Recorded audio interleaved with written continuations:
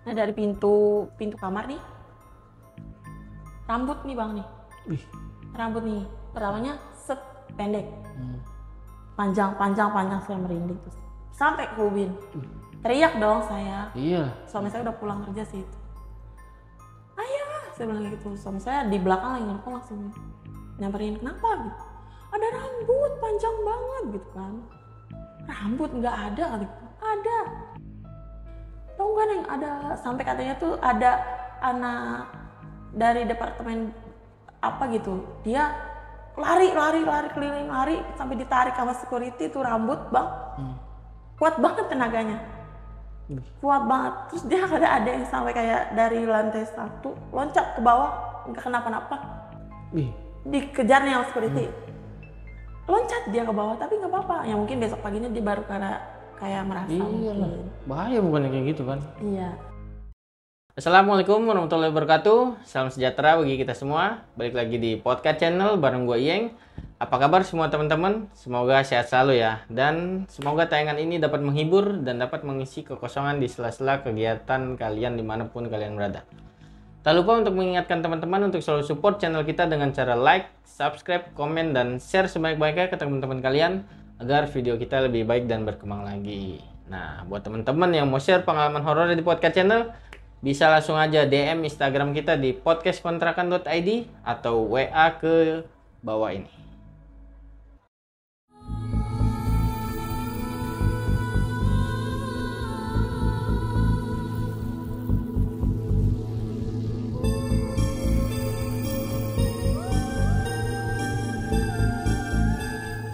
Oke teman-teman podcast, di episode kali ini gue udah kedatangan Mbak Evi nih yang akan menceritakan pengalaman pribadinya dia saat diikutin hantu Chinese yang menyebabkan dia kembali bisa melihat sesuatu yang tak kasat mata. Kalau gitu kita sambut aja nih Mbak Evi. Halo Mbak Evi, apa kabar? Baik, alhamdulillah. Baik. Lagi sibuk apa Mbak Evi? Di rumah aja. Oh lagi di rumah aja ya? Oke, jadi ibu rumah tangga ya? Iya. Bisa di-spill ceritanya sedikit ke teman-teman? Itu sih karena pas pulang kerja lewat kuburan Chinese. Oke.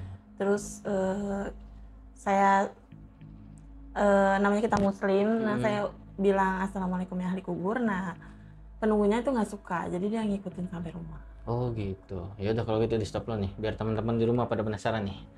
Oke teman-teman podcast, apakah kalian sudah siap menghadapi dunia tak kasat mata? Berikut kisah selengkapnya.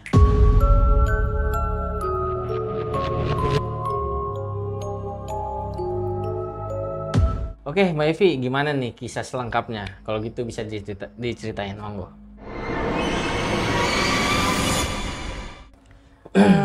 Waktu itu kan tahun 2011 ya. Oke, 2011. Nah, saya tuh ditugasin di salah satu dep store di Tangerang. Nah, waktu itu tuh awalnya ini kan kita ada stok opnam dep store. Jadi otomatis tuh semua karyawan masuknya pagi itu jam 5 kita udah ada di lokasi, terus 5:30 mulai. Nah waktu pas nunggu dibuka itu kan kita kan nunggunya kayak di kantin gitu kan. Nah pas duduk di situ tuh saya ada teman saya nih datang nih, saya lihat dia gini-gini kan. Nah terus saya kesini gitu, terus kata dia kita mau ke situ dulu gitu. Nah terus ya udah gitu. Nah berapa lama tiba-tiba dia datang lagi dari situ. Terus saya bilang, lah lu bukannya tadi ke sono, saya bilang gitu kan. Terus kata dia, enggak gue baru datang katanya gitu. Terus saya tanya nih teman saya yang sebelah, mbak kan tadi kan dia udah datang ya? Enggak, dia baru datang kok, kata teman-teman saya gitu. Terus saya bilang, terus siapa yang datang? Ya udahlah gitu kan. Nah terus pas udah gitu dibuka nih kan, udah selesai observasi security, kita naik otomatis lampu dep store itu masih mati karena itu kan masih jam 5:30. Nah pas kita naik kan namanya cewek-cewek ya di dep store itu berisik.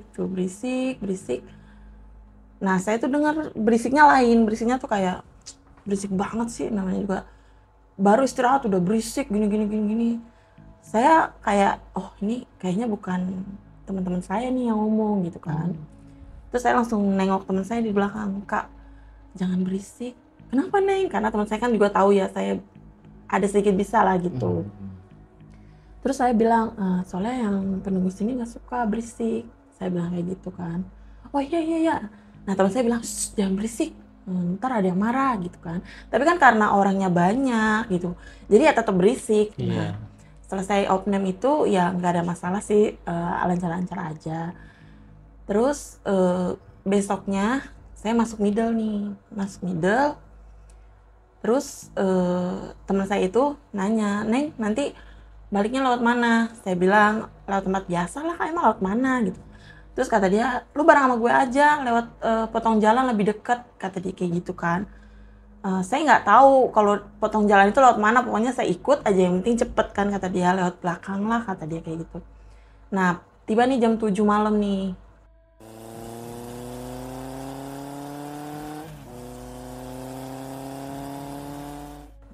Saya pulang kayak iringan gitu kan. Nah, waktu tahun 2011 itu ternyata tuh saya baru tahu pas udah kejadian itu nama kuburannya Tanah Gocap. Tanah Gocap ya? Iya, Tanah Gocap ada di Tangerang. Nah, dulu itu Tanah Gocap itu gelap banget. Tahun 2011 itu nggak ada lampu. Nggak ada, bener-bener kayak tanah lapang gitu. Kalau kita yang nggak tahu tuh kirain itu tanah lapang aja gitu. Saya sama suami saya, teman saya di depan. Emang karena jalanannya gelap, sepi, jadi ada sih motor, tapi cuma kayak 1-2 doang, dan jalannya juga cepet, nggak yang lama gitu. Oke. Nah karena saya nggak tahu kalau itu kuburan kan, saya tuh sama suami saya sambil lihat kanan kiri, wah ini tanah gede banget kok tumben, belum di pagar-pagarin seng. Kalau dulu kan tahun 2011 tuh lagi banyak pembangunannya di Tangerang itu. Oh iya. Jadi kalau ada tanah kosong pasti udah di pagar-pagarin seng gitu kan. Udah untuk proyek pembangunan apa gitu. Nah itu tuh nggak ada sama sekali. Nah saya tuh kayak wah ini tanah gede banget gitu. Karena dari ujung ke ujung itu maksudnya ini kok tumben tanah gede gini nggak ada yang punya gitu kan. Kata suami saya, wah ini kalau dibuat perumahan mah gede banget, kata suami saya gitu kan. Nah sepanjang jalan itu kita ya ngobrol aja, ya namanya nggak tahu kan, jalan aja santai. Nah udah mau sampai ujung itu, nggak sengaja suami saya tuh nyenter ini kayak rumah-rumahan kuburan Chinese tuh kan kayak ada rumah-rumahannya gitu kan. Iya. Kata suami saya gini, astagfirullahaladzim, kata suami saya gitu. Karena suami saya kan tahu ya, saya juga peka gitu kan. Terus saya bilang, kenapa gitu? Kamu jangan kaget ya gitu, kenapa gitu? Kuburan apa? Saya bilang gitu. Kuburan Cina, dibanting lagi tuh setir, maksudnya lampunya sekeliling itu. Ya Allah, ini kuburan Cina, kata dia kayak gitu. Pantesan aja dari tadi sepi banget gitu. Maksudnya ada sih, maksudnya tapi nggak banyak orang yang lewat situ lah gitu. Dan saat itu emang Tanah Gocap nggak kayak sekarang kan, kalau saya lihat di IG tuh pernah ada yang lewat, maksudnya itu udah agak terang, terus kayak udah ada kayak yang di pagar-pagar gitulah. Maksudnya kayak orang tuh bisa lihat kalau itu kuburan Cina gitu kan, maksudnya. Saya langsung kaget dong, langsung lemes. Ya udah buruan, saya takut. Emang saya orangnya penakut juga. Nah sepanjang jalan itu namanya kita muslim ya, kalau di ajaran saya kan kalau lewat kuburan itu kan harus permisi, bilang assalamualaikum ya ahli kubur. Nah sepanjang jalan itu saya bilang assalamualaikum ya ahli kubur, assalamualaikum ya ahli kubur, kayak gitu. Sampai tuh ada apa ya, kalau orang Cina itu rumah duka. Nah di ujungnya itu ada rumah duka. Baru tuh ada orang kayak rame di situ rumah duka. Nah dari situ tuh kayak saya udah dengar berisik nih di kuping saya lah, ada tuh berisik. Akhirnya pas udah di ujung itu saya mepet teman saya nih, kayu nih gitu kan, apa Neng gitu, ini kuburan ya? Iya Neng, maaf ya Neng, gua lupa. Dia sambil ketawa kayak gitu. Lu mah yaudah gua duluan ya, saya bilang kayak gitu. Karena saya emang udah nggak enak banget, badan saya udah nggak enak juga, maksudnya langsung nggak enak, lemes, takut juga, terus kuping saya udah berisik.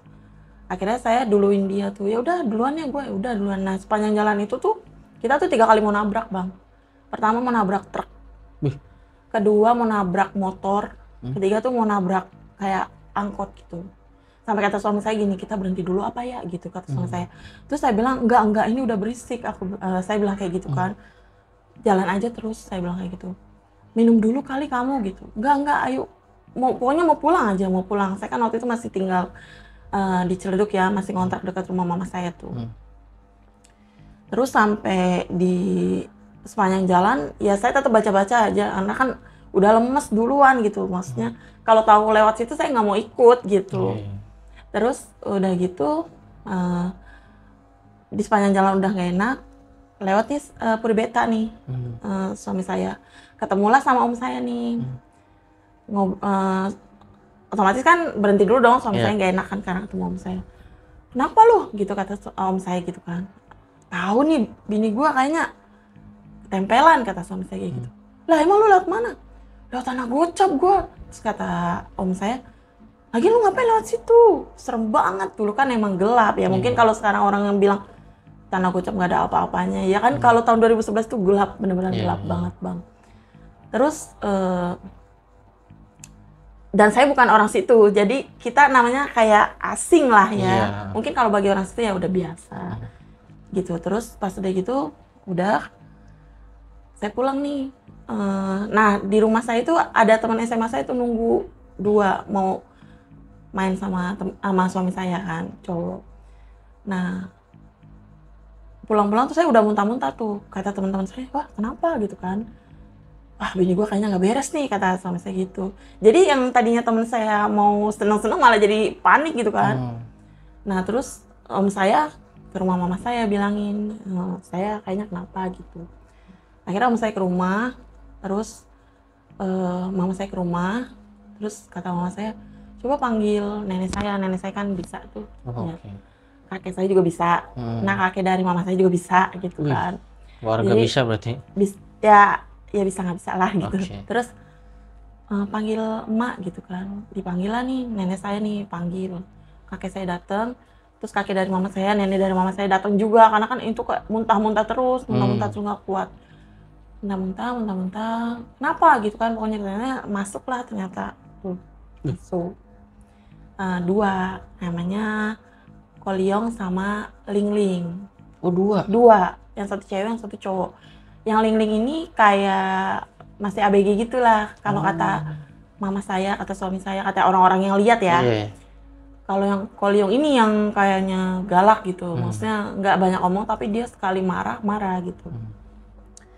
Nah ditanya dong, ini siapa gitu kan. Bilang lah yang satu Koliong, yang satu namanya Lingling.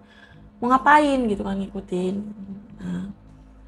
Yang Lingling ini yang banyak jawab, katanya, aku lapar, kata dia kayak gitu. Aku lapar, aku mau makan dong, katanya kayak gitu.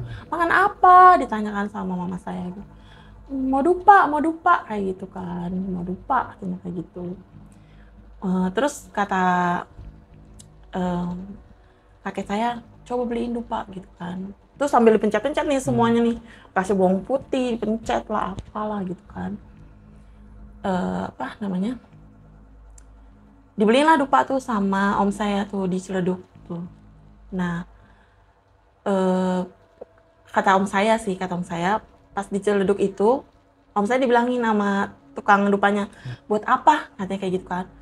Ini ponakan saya kesurupan saya kan Chinese gitu kan, mintanya dupa gitu. Terus kata tukang dupanya, jangan diturutin mas, siram aja pakai air comberan, katanya kayak gitu. Kalau diturutin takutnya lama gitu kan. Nah di rumah itu saya masih kayak chaos gitulah pokoknya, masih susah dibacain Al-Fatihah, nggak mempan, kata dia kayak gitu. Si Linglingnya malah ngeledek gitu kan, nggak mempan, nggak tahu artinya kayak gitu, kata dia. Terus kata almarhum kakek saya, ya udah keluar, nanti kalau udah di ini keluar ya, katanya gitu kan. Karena kan kakek saya yang dari mama saya ini kan kejawen gitu ya, jadi dia kayak agak percaya gitulah. Kalau yang dari ayah saya kan dia baca-bacain tuh, baca-baca, nggak mempan, nggak bisa, dia nggak ngerti gitu. Jadi menurut dia itu lucu, lu baca apa, gue nggak tahu gitu. Logis sih. Iya, lu baca apa, gue nggak tahu gitu. Lu baca aja sampai capek, gue nggak ngerti, kata dia kayak gitu, intinya gitu ya. Terus datanglah nih om saya nih bawa dupa. Tapi sebelum dikasih nih, om saya di ruang tamu nih bisik-bisik sama mama saya gini. Kata orang yang jualan dupa, nggak boleh dikasih, katanya gitu kan. Nanti dia makin kuat, katanya kayak gitu. Siram aja pakai air comberan, kata om saya gitu. Itu kan kalau logika kita di ruang tamu, saya di kamar, dia ngomongnya bisik-bisik, nggak denger dong. Iya. Nah yang Koliong ini keluar. ngomong apa lu, kata dia kayak gitu, jangan macem-macem lu sama gua, katanya gitu.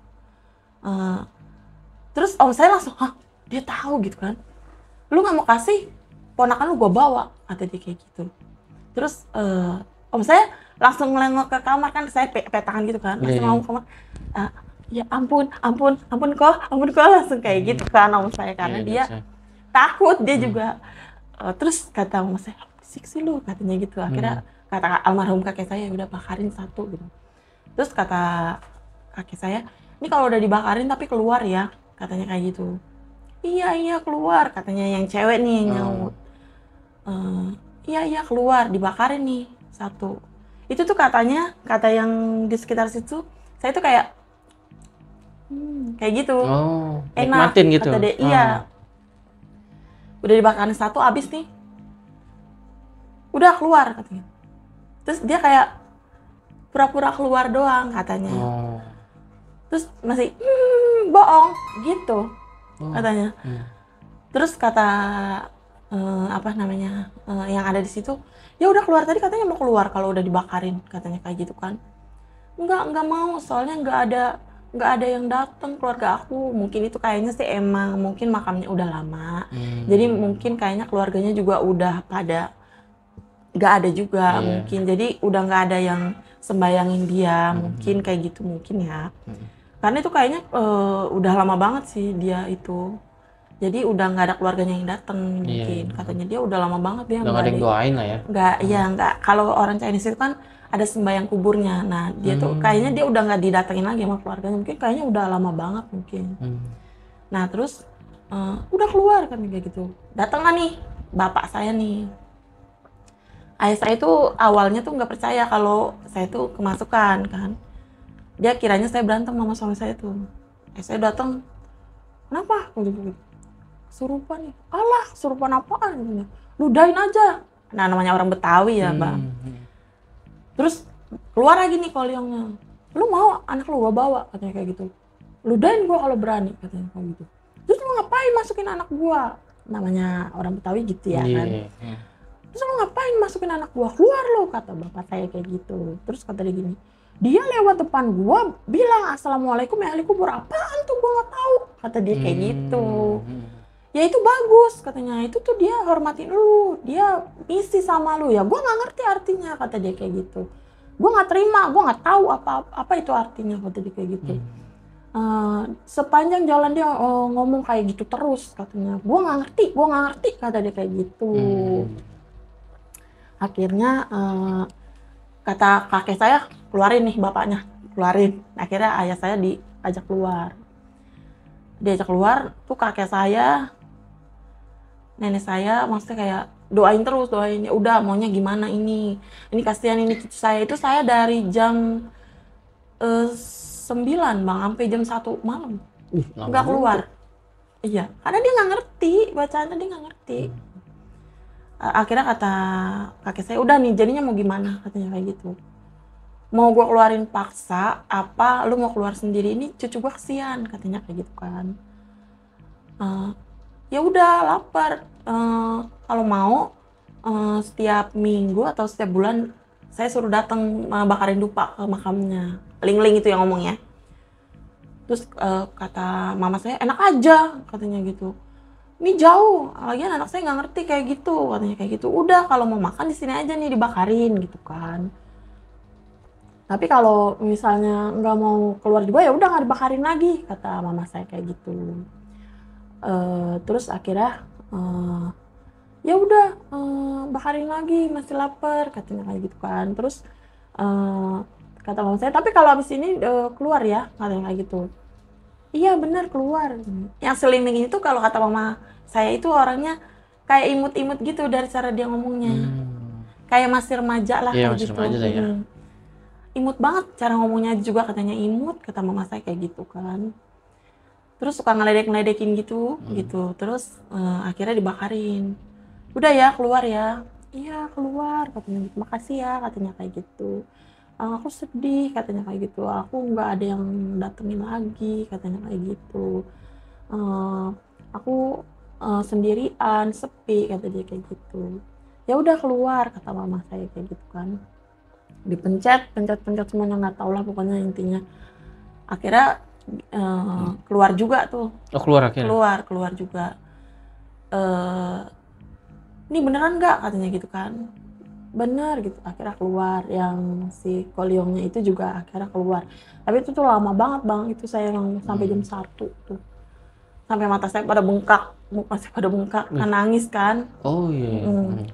Udah, pas udah gitu, ini balik ke yang cerita Stockholm ya. Oke. Nah, udah selesai yang itu, otomatis saya besoknya nggak masuk dong kerja. Saya izin nih, sakit kan saya.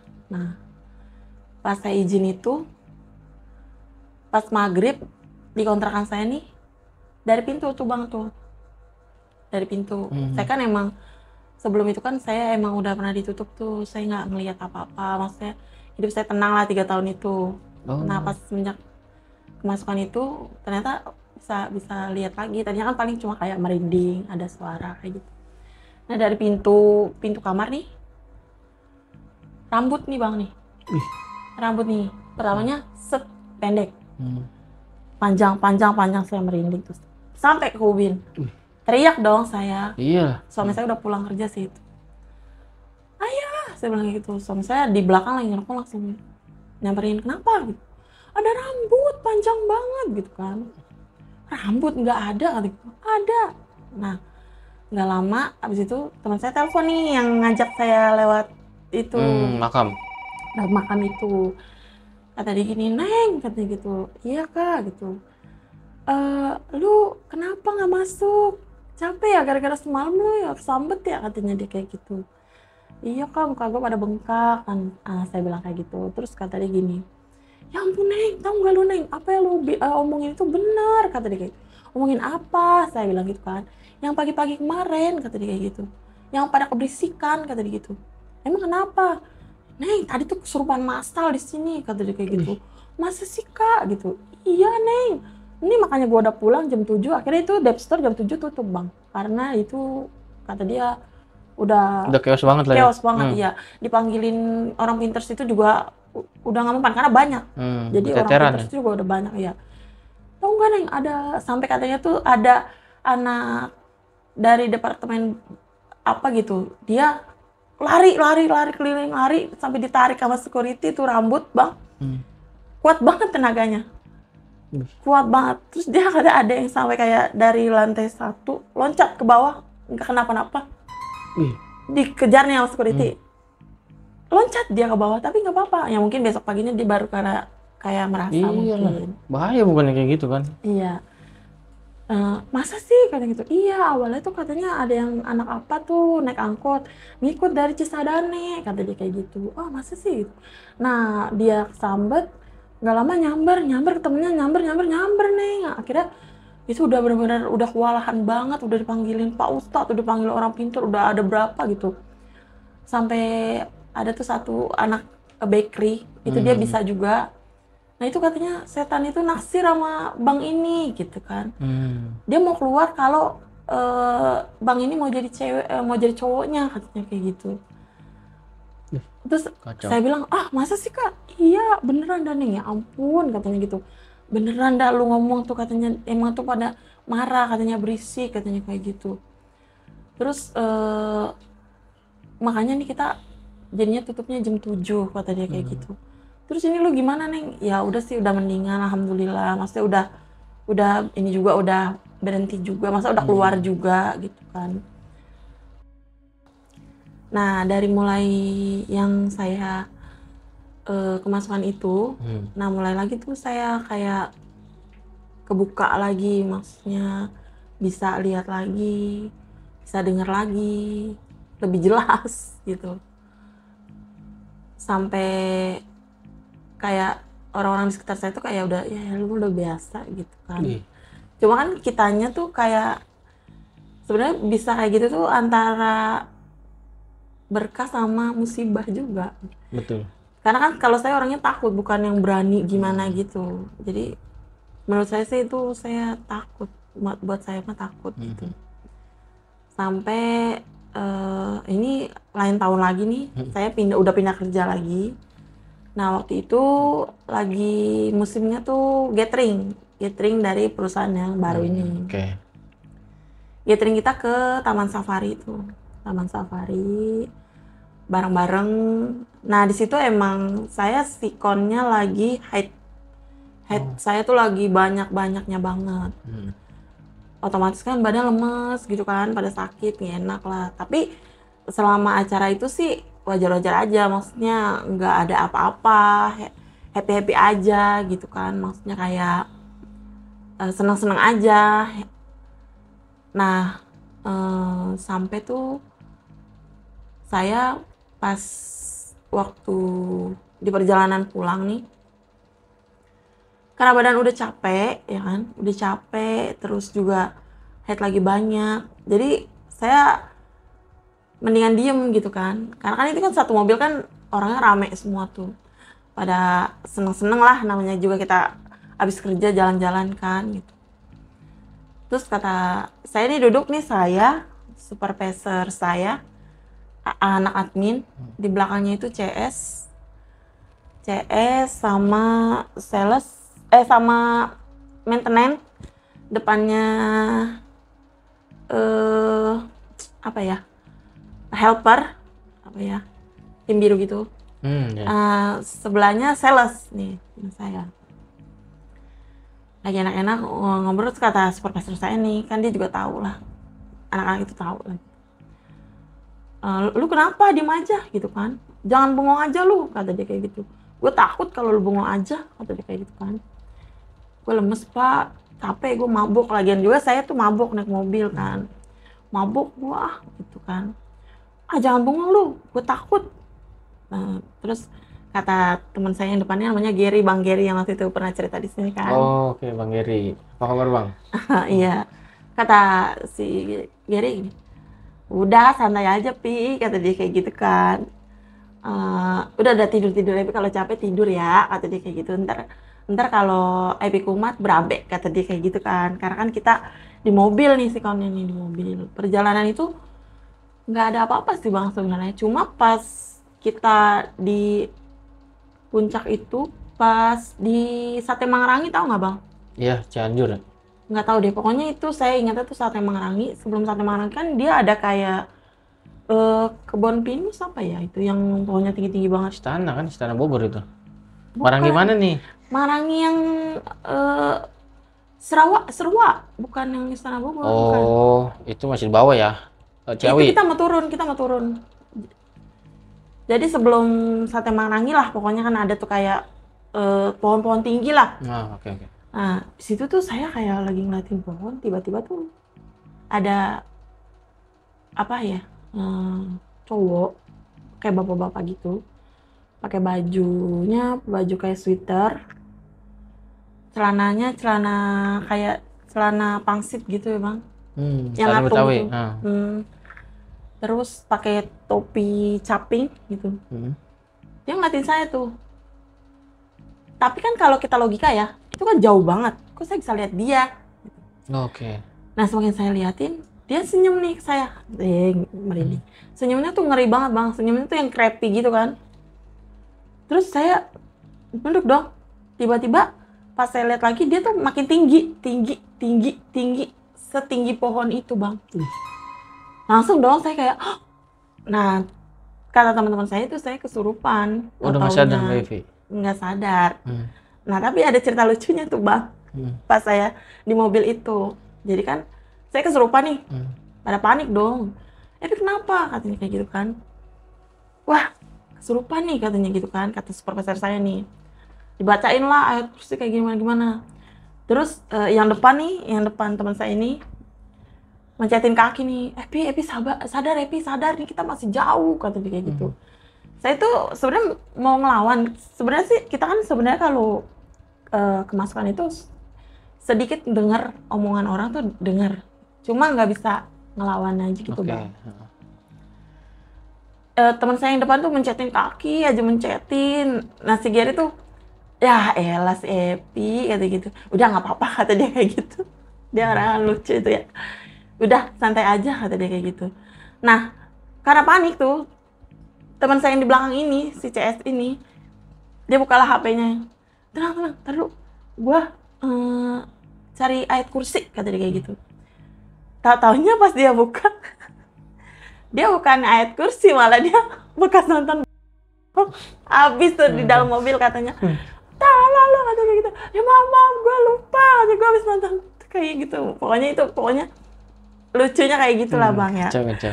Pas saya diceritain itu saya juga ketawa gitu kan. Kok BO banget nih teman saya. Emang teman saya tuh konyol-konyol Bang. Gitu. Terus udah selesai. Saya kan udah reda lah nih ibaratnya. Udah bisa nguasain diri nih. Tiba-tiba admin saya yang di sebelah supervisor saya nangis gitu kan. Nangis. Takutnya pada kesambut juga dong. Ya nyamber katanya gitu kan. Terus ditanya nih sama supervisor saya, nah, lu kenapa gitu kan? Dia nangis aja terus tuh. Saya udah lemes Bang. Tapi saya lihat nggak ada yang ikut gitu kan. Tapi dia nangis gitu kan. Terus lu kenapa? Katanya gitu. Lu kenapa? Gitu kan. Terus tahu-tahu dia ngomong kayak gini. Gue takut. Dikirainnya kesurupan, taunya enggak. Dia cuma nangis takut Bang. Pada ketawa lah gitu. Kata Gary, lu mah nakutin gue aja, lu pengen gue turunin aja lu rasanya, katanya kayak gitu kan. Itu sampai nelpon manajer saya kan yang di lain mobil tuh kalau saya tuh kesurupan gitu kan. Akhirnya tuh udah ya katanya, udah nih ya jangan ada yang nangis lagi nih, gue gas lagi nih katanya gitu kan. Udah aman. Epi aman gak? Katanya gitu. Epi, Botoh, dia kan kalau manggil saya gitu ya. Aman gak? Katanya gitu. Aman, udah jalan Bang, biar cepet nyampe. Karena saya udah lemes banget tuh Bang. Akhirnya kita jalan lagi. Nah, sepanjang jalan itu di tol. Ya, ada yang mukanya hancur lah gitu kan Bang. Saya udah kayak, aduh lama banget ya nyampe rumah gitu kan. Ada yang kunti lah. Jadi saya nggak mau ngeliat, karena kalau lihat pasti dia tektok saya kan, pasti takutnya masuk gitu Bang. Oke. Jadi biar aja pura-pura nggak ngeliat. Iya, gitu jadi saya nunduk aja, karena kan kalau kayak gituan ya maksudnya setahu saya nih, selama saya kayak gitu, kalau kita, apalagi saya nih ya, saya misalnya lihat kayak gitu, saya kaget masuk dia, karena dia tahu, saya tahu dia ada. Kadang saya udah pura-pura nggak tahu nih, nanti dia gini, lu lihat gua kan, gitu. Masih sih Mbak? Iya. Lu jangan pura-pura nggak lihat gitu. Lu lihat gua kan? Tuh ngikutin aja tuh Bang. Gitu. Lu lihat gua kan? Lu nggak usah bohong kayak gitu. Gua tahu lu lihat gua. Ngebisik gitu, ngebisik. Iya, jadi tuh di sini aja. Nggak usah pura-pura kayak gitu. Gua tahu lu lihat gua kan? Lihat gua kan gitu. Lihat seberapa kuat saya nahan aja.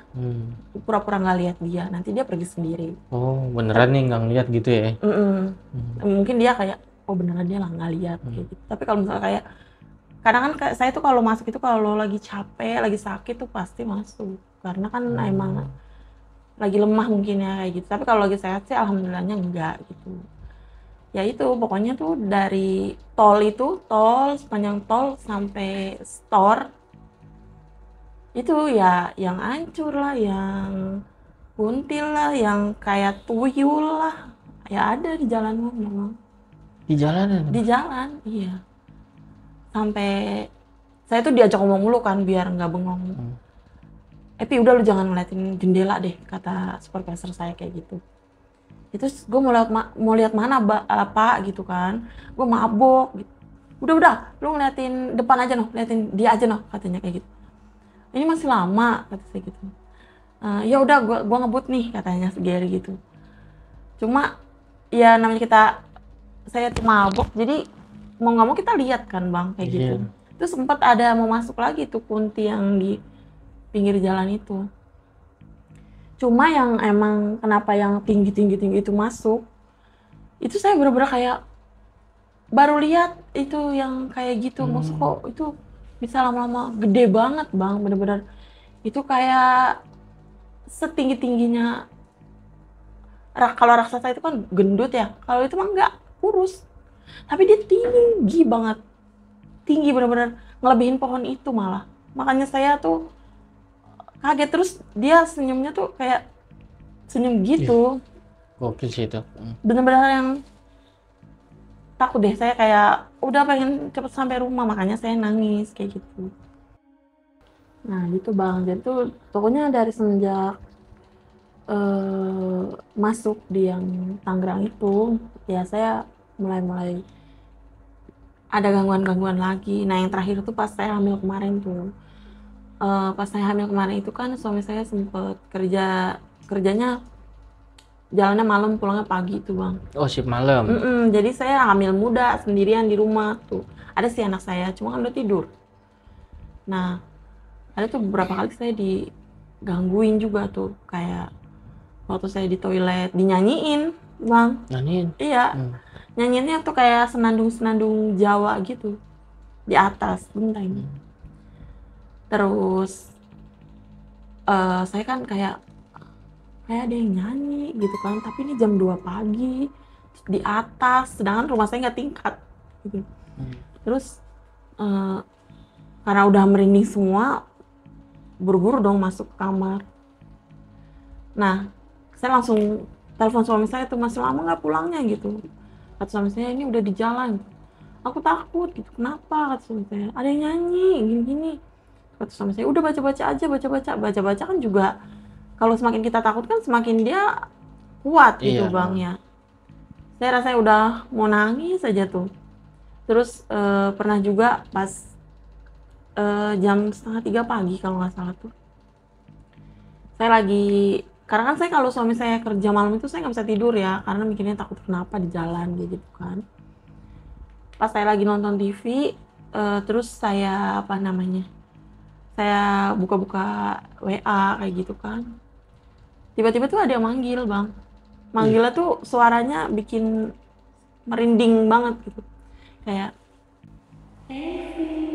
kayak gitu. Terus saya langsung diem dong. Kayak ada yang manggil gua gitu kan. Cuma saya nggak mau nyaut, karena kan kata ayah saya kan, kalau ada yang manggil gitu kan dia akhirnya kan dia ya paham lah anaknya kayak gitu.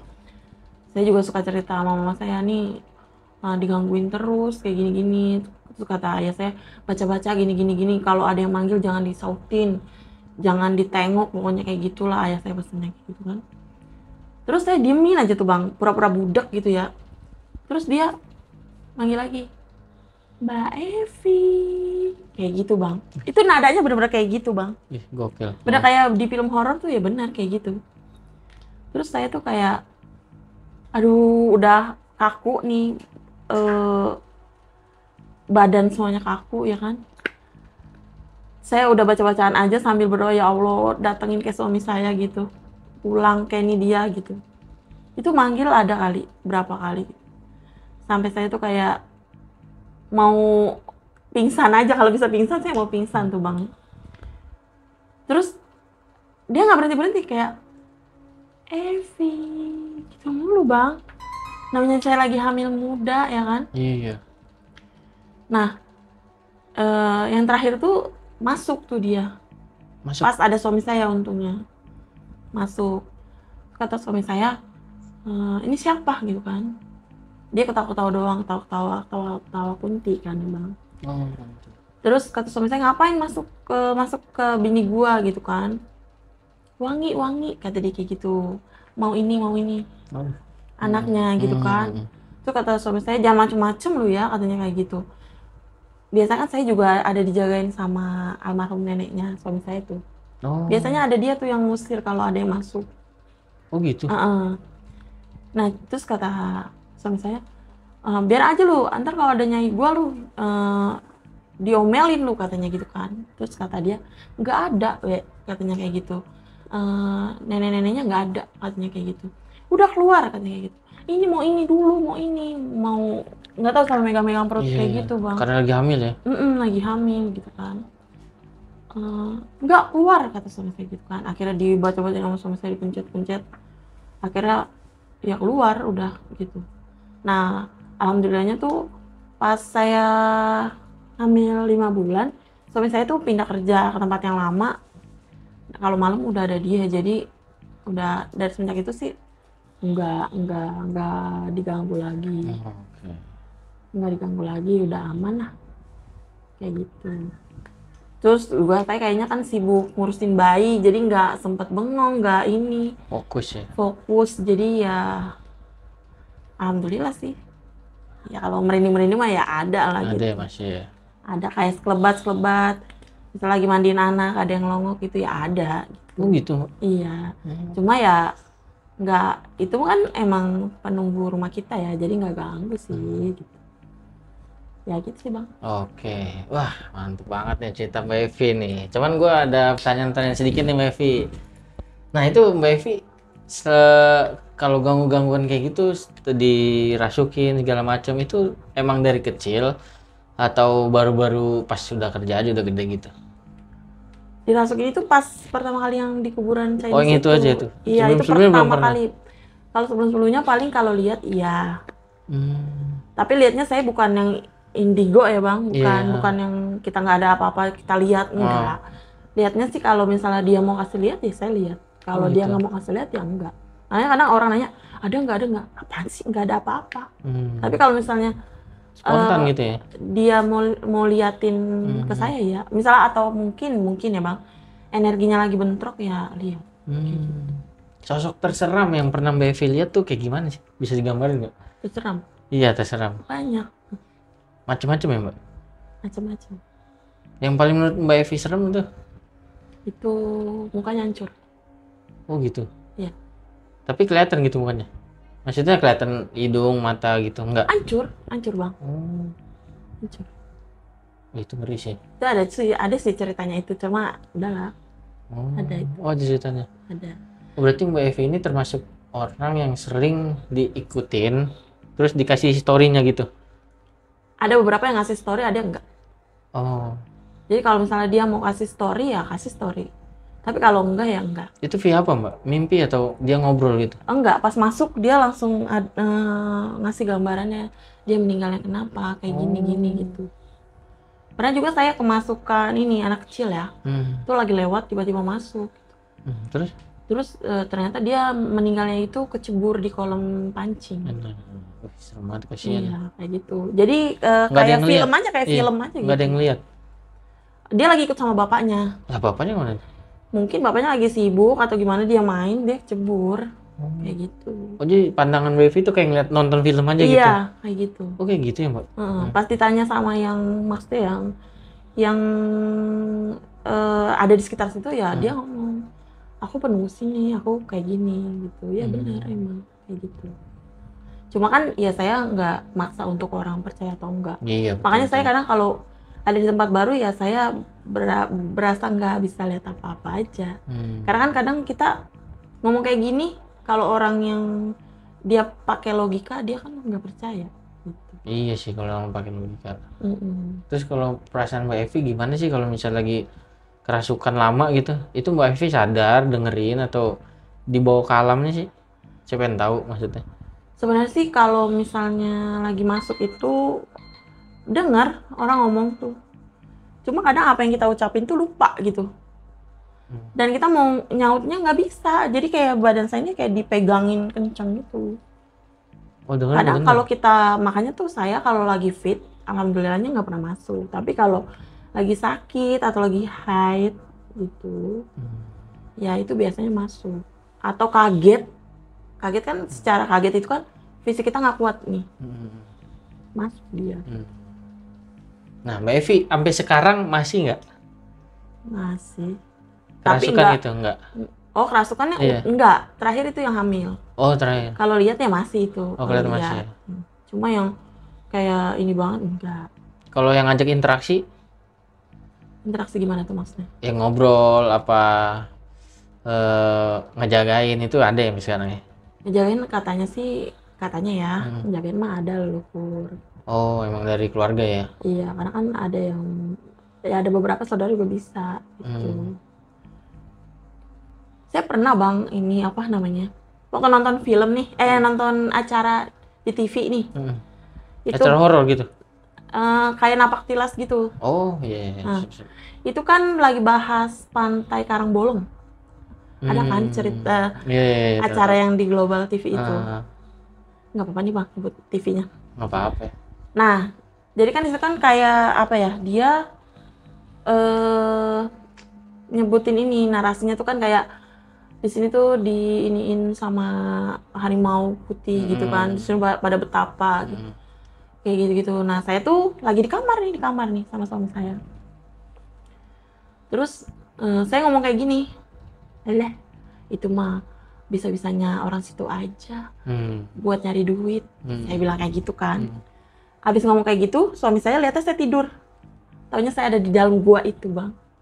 Serius, Mbak? Iya. Di dalam gua itu, bener-bener yang di gua itu, di gua yang di TV itu.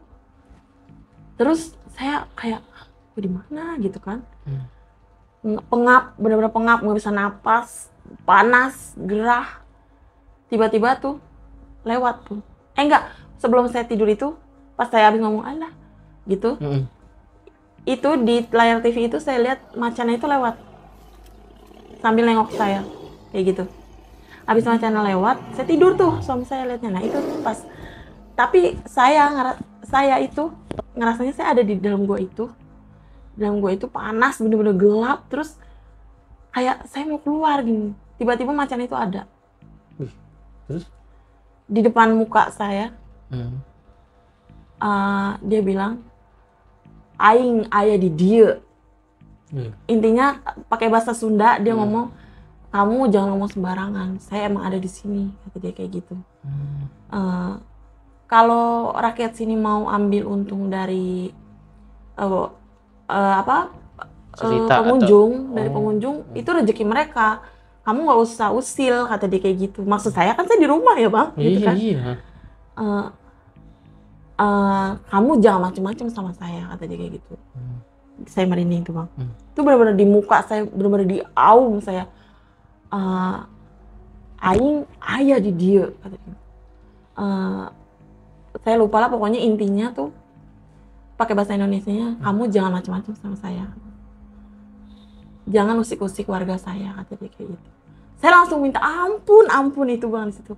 Maaf, saya nggak tahu," saya bilang kayak gitu. "Saya cuma asal ngomong aja, namanya kita kan nonton di rumah, Bang, sama suami ya." Bisanya langsung masuk ke situ? Ya saya nggak tahu, itu juga saya kayak pas saya minta ampun banget, saya nggak sengaja, saya cuma asal ngomong doang gitu. "Awas kamu kalau ngomong kayak gitu lagi," kata dia kayak gitu. "Saya pantau kamu," katanya kayak gitu. "Jangan berani-berani sama saya," katanya kayak gitu. "Saya emang penunggu gua sini. Dari zaman dulu saya ada di sini." Kan katanya itu kan titisannya Prabu Siliwangi ya. Iya. Nah, namanya kita orang awam, kita nggak tahu ya, Bang. Saya cerita sama bapak saya tuh. Kata bapak saya, "Makanya kalau jadi orang jangan asal ngomong aja," kata bapak saya kayak gitu. Ya namanya kita di rumah ya, Bang. Iya. Itu bangun-bangun, Bang, keringet saya udah sekejur tubuh. Itu saya, kalau suami saya lihat, Mas, saya tidur paling cuma 3 menitan lah. Tapi saya berasa di situ lama banget, Bang. Iya, betul. Lama, sampai bener-bener lama. Saya sampai nangis-nangis, Bang, minta pulang. Nggak boleh sama dia. Saya mau ditawan di situ, kata dia. Karena saya menurut dia tuh songong kali Udah gitu kurang ya. ajar ya. Saya sampai ampun, kata saya, "Ampun, saya bener-bener saya nggak tahu," saya bilang kayak gitu. "Saya cuma asal ngomong, namanya di rumah," gitu kan. Ya udah, saya sekali ini saya maafin, kata dia kayak gitu. "Lain kali begitu lagi," kata dia gitu. "Saya nggak maafin," kata dia. Udah bangun-bangun saya langsung nangis, kata saya, "Kenapa?" gitu. Itu acara belum habis, Bang. Saya bangun acara belum habis. Tapi menurut saya itu udah lama banget. Saya ceritain sama suami saya. Kata suami saya, "Makanya jangan sembarangan ngomong di rumah," gitu. Kata suami saya. Ya kayak gitu sih, Bang, paling. Ya kayak gitu aja. Ya makanya kalau kayak saya ini ya, karena kan saya orangnya takut ya. Ada enaknya, ada enggaknya. Tapi kalau kata saya banyak nggak enaknya sih. Enaknya apa tuh, Mbak? Enaknya nih kadang kita kalau misalnya mau pergi, tuh ya saya nggak tahu ya. Tuh ada yang ngomong, "Jangan lewat situ," gitu. "Jangan lewat situ. Nanti misalnya mau maksa nih, jangan lewat situ," gitu. Ya udah, nanti kita belok. Ternyata apa ada razia kah atau ada apakah di depan itu, kayak gitu. Seringnya kayak gitu. Terus kadang kayak saya sih bukannya takabur ya, maksudnya saya mau apa nih, udah dikasih tahu duluan kayak gini, nanti kayak gini. Enaknya kayak gitu. Cuma kan kalau kata orang kan itu kan Mendahului. tipu muslihat jin ya. Iya, gitu. betul. Cuma kan saya kan kalau misalnya kayak gitu, saya masa sih gitu. Cuma nanti iya benar kayak gini ya gitu. Udah pernah nih dikasih lihat kayak gini gitu. Hmm. Gitu. Cuma mungkin kan kalau orang-orang yang kayak indigo gitu kan dia berani gitu. Iya. Dia bisa mengelola dirinya dia. Kalau saya kan takut. Saya takut banget. Berarti Mbak Evi sendiri ini nggak bisa ngontrol ya? Kontrol bisa, tapi takut gitu. Takutnya gimana maksudnya? Ya saya takut, ketemu gituan saya takut bang. Oh. Kan ada orang yang takut juga ngelihat gituan. Walaupun dari kecil kita diliatin tetap takut banget, serem. Iya sih. Berarti kontrol mah bisa gitu ya? Nguasain diri gitu bisa? Iya, cuma kalau dia kuat banget ya agak lama. Ya itu, selain kita dibantu dari luar yang baca-bacain, dari kitanya juga harus tetap bisa sadar. Sadar baca-baca dalam diri juga, baru bisa lepas kayak gitu. Berarti Mbak Evi ini tergolongnya udah sering ya? Sampai teman-teman circle di kerjaan aja udah paham kan? Maksudnya kayak waktu di mobil aja itu kan kayak jagain nih Mbak Evi nih. Iya. Berarti emang dia udah tahu dong? Tahu. Heeh. Udah tahu gimana Mbak Evi sebelum-sebelumnya. Tahu. Emang banyak case Mbak kejadian di kerjaan? Iya sering, saya juga sering. Oh gitu. Jadi orang-orang tuh pada tahu tuh ya? Tahu, sampai kepala toko saya tahu, manajer tahu. Nah Mbak, sebelumnya udah pernah belum tuh netralisin kayak nutup? Kan kayaknya ngeganggu banget ya, bisa ngerasain sesuatu yang nggak harusnya kita rasain. Pernah nggak sih nyoba buat netralisir atau nutup gitu? Pernah, itu kan yang sebelum saya kemasukan di Tangerang itu kan tutup. Oh sebelumnya udah pernah ya? Iya, ditutup. Ditutup bener-bener yang nggak bisa lihat apa, ngerasain apa, nggak bisa, bener-bener kayak normal aja. Selama 3 tahun itu. Nah itu kan mulai kebuka lagi yang pas kemasukan di situ. Nah terus belum lama itu juga saya pernah ditutup juga sama kayak, kalau menurut saya kayak bapak angkat saya lah. Oke. Soalnya baik banget, dia juga orang Chinese kan. Oh di lalu orang Chinese juga? Orang Chinese bisa juga gitu. Ditutup juga sama dia karena kan suka ganggu lah kalau kerja masuk gitu kan. Tapi pas ditutup yang terakhir itu kayak kita kayak hampa dah saya gitu ngerasanya, maksudnya kayak biasa ngelihat atau apa, ini jadi kayak Normal aja biasa. Iya normal gitu, jadi kayak gimana ya gitu. Sampai akhirnya tuh kayak waktu itu ada yang masuk lagi, itu kebuka lagi akhirnya. Sampai saya diomelin, lu ngapain diturutin kayak gitu, orang lu lawan, dia kebuka lagi kan katanya. Ya gimana, emang itu kuat ya, jadi masuk. Terakhir nih Mbak Evi, ada kesan dan pesan kan nih buat teman-teman di rumah?